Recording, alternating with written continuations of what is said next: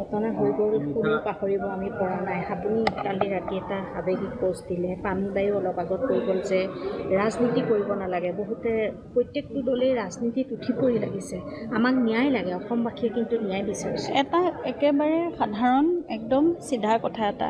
সেই মানুহজনো একেবাৰে চাফা মনৰ মানুহ এজন আছিলে, কোনো ধৰণৰ মেৰপেচ নাছিল, জীৱনৰ ক্ৰিটিকেলিটি একো বুজি নাপাইছিল এইবোৰ কথা। গতিকে এটাই সঁচা কথা আমি জানিব বিচাৰিছোঁ যে সেই দিনটো কি হৈছিল আৰু কিয় আমি হেৰুৱাব লগা হৈছিল জুবিনক। গতিকে সেই কথাটোৱে আমি শুদ্ধ কথাটো একদম সঁচা কথাটো জানিব বিচাৰিছোঁ।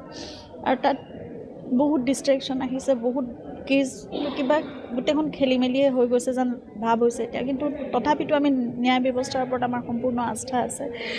তেওঁলোকে শুদ্ধ এটা ট্ৰেকতে গোটেইখিনি কৰি আছে বুলি এতিয়াও বিশ্বাস কৰিছোঁ। কিন্তু মানে যিমান সোনকালে পাৰি সিমান সোনকালে ভাল, কাৰণ আমাৰ ভিতৰত একুৰা জুই চবৰে ভিতৰত জ্বলি আছে। সঁচা কথাটো জানিব পাৰিলে শান্তি পাব, কাৰণ হেৰুৱাটোতো মানুহজন কেতিয়াও ঘূৰি নাহে। এতিয়া মাত্ৰ মই জানিব লাগে কি হৈছে সেইটো কথা। জুবিন দাই কৈছে যে পলিটিক্স নকৰিবা বন্ধু। জুবিন দাক লৈ আমি পলিটিক্স হোৱাটো কোনেও নিবিচাৰে, কাৰণ মই একোৱেই নিবিচাৰোঁ। কোনো ধৰণৰ পলিটিক্স, কোনো ধৰণৰ ডিষ্ট্ৰেকশ্যন, এই বস্তুবোৰে মোক এতিয়া কোনো ধৰণে এফেক্ট নকৰে। মই মাত্ৰ সঁচাটো জানিব বিচাৰোঁ, সেইটোৱে কথা। সেই মানুহজনৰ লগত কি হৈছিলে সেই কথাটোৱে শুদ্ধকৈ লাগে আৰু সেইটোৱে ন্যায় হ'ব তেওঁৰ প্ৰতি। আৰু তাৰ বাহিৰে আমি এতিয়া কি দিব পাৰিম সেই মানুহজনক? আমাক ইমান দি থৈ গ'লে সেই মানুহজনক আমি সিমান কোনো দিব নোৱাৰোঁনে? সেইটোৱে মোৰ যে প্ৰশ্ন। আৰু মোক দিনে ৰাতিয়ে মোক বহুত কষ্ট দি আছে। মই মাত্ৰ জানিব বিচাৰোঁ মানুহজনৰ লগত কি হ'ল।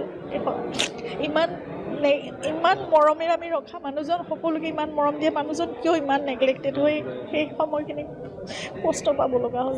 ছিংগাপুৰ প্ৰৱাসীখিনিও আহি সহযোগ কৰিব লাগে, সকলোৱে সহযোগ কৰক। সেইটোৱে কৰিব লাগে। কিয় কৰা নাই নাজানো। ইমানখিনি মানৱীয়তাও মানুহৰ ভিতৰত কেনেকৈ নোহোৱা হৈ যাব পাৰে?